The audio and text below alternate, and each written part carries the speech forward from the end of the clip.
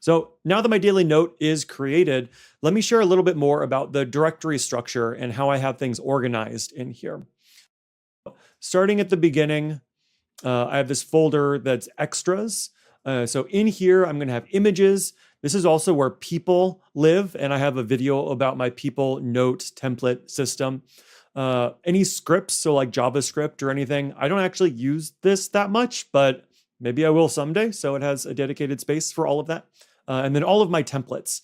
So you can see I have a bunch of templates. I don't necessarily use all of these very frequently. I made videos of most of the systems that I actually use all the time, but whenever I create new templates or snippets, this is going to be where they live. The next section is MOCs, which is map of contents.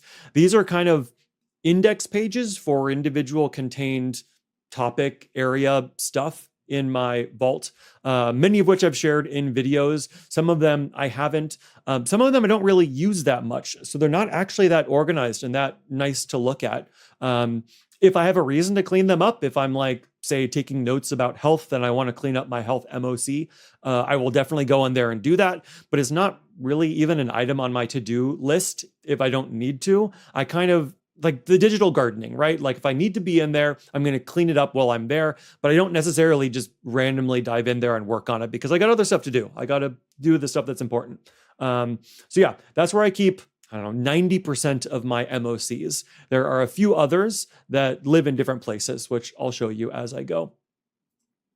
Next is going to be sources. So this is external things that I import into my vault, including articles, book notes, which again, I don't have a video yet, but there's a blog post on my website that talks about books, movies, which I don't really use that frequently.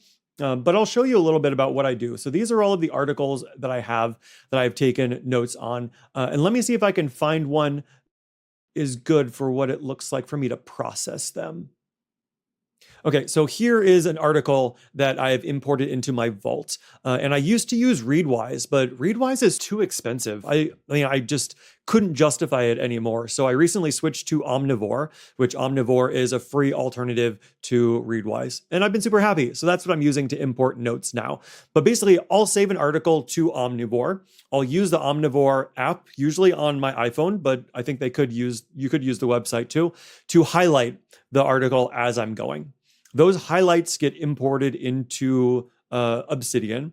And usually I'll go through those highlights and I will make bold or make italics, any important things from that article, just so that it's super easy at a glance to kind of review my highlights and pick out important information or what I thought was important. And then as a final step, what I'll do is in a separate section above, kind of rewrite this in my own words. So it's kind of like a modified Zettelkasten system, like How to Take Smart Notes is the book. I have a modified version of that. So I'm usually just highlighting, bolding, and then taking specific notes so that if I'm coming back to this article later, I'll be able to at a glance see what this article was about. This is also the place too where I will tag it.